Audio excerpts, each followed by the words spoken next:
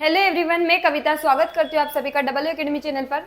आज हम डिस्कस करने जा रहे हैं। देखिए, सभी के मन में एक क्वेश्चन रहता है, how many hours should a 10th student study. मतलब 10th स्टूडेंट को कितने घंटे पढ़ाई करनी चाहिए। आप सबसे जा जाकर पूछते हैं, अच्छा भैया आपने कितने घंटे पढ़ाई की थी, सर आपने कितने घंटे। मतलब जो भी टॉपर होते हैं आप उनसे पूछते हैं, अपने फैमिली मेंबर में मतलब कोई आपसे बड़े भैया वगैरह रहते हैं तो आप उनसे पूछते हैं कि आप कितने घंटे पढ़ते थे।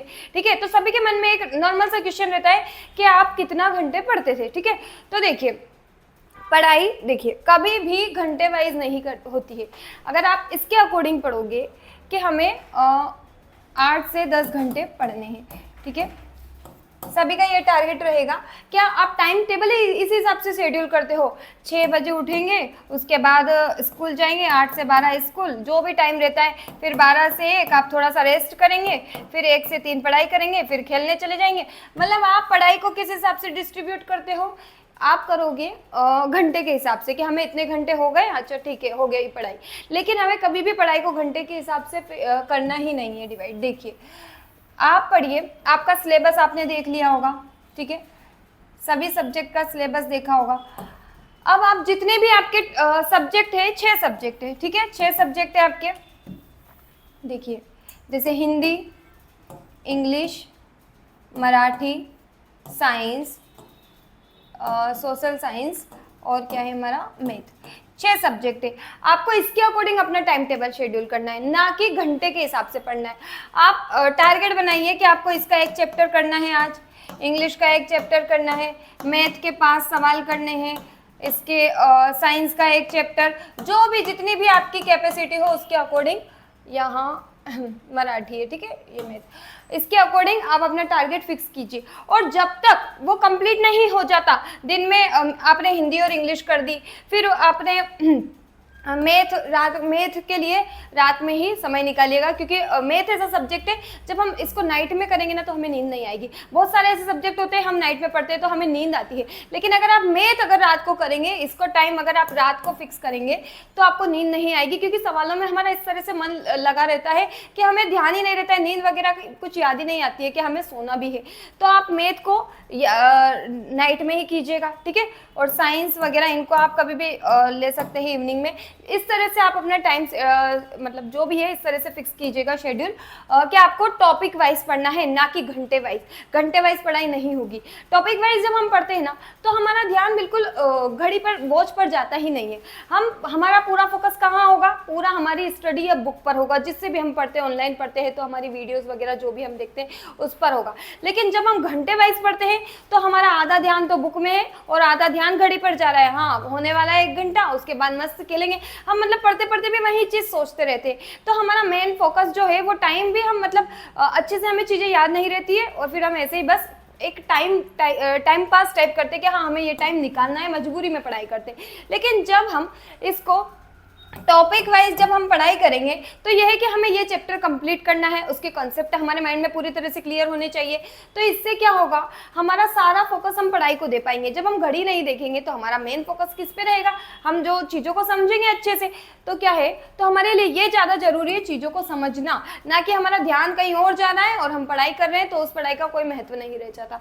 ठीक है, तो देखिए इस तरह से तो आपको पढ़ाई करनी है। और क्या है, जो भी रिवीजन आपने मतलब फिक्स किया है कि आपको 1 घंटा आपने दिया है, मान लो हिंदी को आपने 1 घंटा दिया है। ठीक है, अब 1 घंटे में थ्योरी को आपको सिर्फ 45 मिनट देने हैं।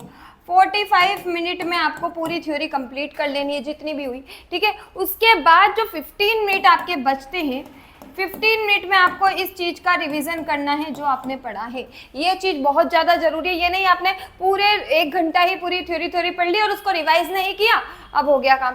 नहीं, उसको उसी दिन रिवाइज करना बहुत ज़्यादा जरूरी है। चाहे आप इसको 50 कर सकते हैं 10 मिनट में, अगर आप रिवाइज कर सकते हैं तो 10 मिनट में करिए इसके अकॉर्डिंग। लेकिन रिवीजन करना उसी दिन करना बहुत ज़्यादा जरूरी है। जो आपने पढ़ा तभी उसको रिवाइज कीजिए, बाद में भी आपको करना पड़ेगा कंटिन्यूसली रिवीजन, लेकिन यहाँ भी बहुत जरूरी है। फिर धीरे धीरे क्या होता है, अभी आपका 10 मिनट में रिवीजन हो रहा, आप नेक्स्ट डे भी करिए इसको रिवाइज तो आपके 8 मिनट लगेंगे, उसके नेक्स्ट डे करेंगे 5 मिनट लगेंगे, फिर आप 2 मिनट में इन चीज़ों को रिवाइज करने लग जाएंगे, क्योंकि वो चीज़ आपको एकदम माइंड में फिट हो जाएगी। तो ये है, इस तरह से आपको डेली रिवीजन भी करना है, जो पढ़ना है उसको पढ़ना है, उसके बाद उसका रिवीजन करना है, ठीक है। टाइम के अकॉर्डिंग मत कीजिएगा, मैंने एक एग्जाम्पल तौर पे आपको बताया है कि आपको ऐसा करना है, लेकिन टाइम के अकॉर्डिंग नहीं करना है हमें। जितना हमने थ्योरी पढ़ी मतलब जो कंप्लीट हो गई हमारी, उसके बाद हमें उसको रिवीजन के लिए टाइम देना है, ठीक है। लेकिन ये नहीं कि हाँ इतने घंटे में इतने टाइम में हमारा ये कंप्लीट ही हो जाना चाहिए, और बीच में छूट गया तो छूट गया, कोई बात नहीं, उसको वहीं छोड़ना है, नहीं छोड़ना है ऐसा, ठीक है। हमें पूरा कंप्लीट ही करना है। तो इस तरह से आप अपनी स्टडी कीजिएगा, पूरे साल कंटिन्यू कीजिएगा, डेफिनेटली आप 95 प्लस स्कोर कर पाएंगे, ठीक है। और घड़ी देखकर, वॉच देखकर कभी भी पढ़ाई मत कीजिएगा। 3 बज रही है, 4 बज रही है, करिए। अगर आपका मन लग रहा है तो करिए, ठीक है। और अगर मन नहीं लग रहा है, डिस्ट्रैक्ट हो रहे हैं आप, तो फिर उस पढ़ाई को छोड़ दीजिए। तभी फिर थोड़ा सा माइंड को रिलैक्स कीजिए, जिसमें भी आप मतलब एक्सरसाइज वगैरह, कैसे भी आपको खुद को शांत रख पाएँ वैसे आप खुद को रखिए। उसके बाद आप फिर से कंटिन्यू पढ़ाई कीजिए, तो आपका हो जाएगा, ठीक है। इस तरह से आपको अपनी पढ़ाई करनी है, कंटिन्यूटी के साथ करनी है।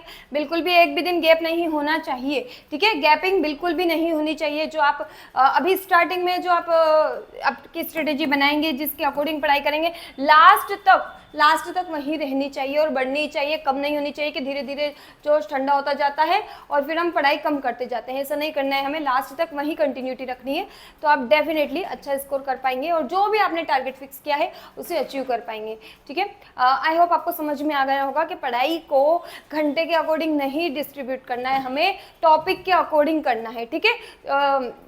Thank you so much everyone.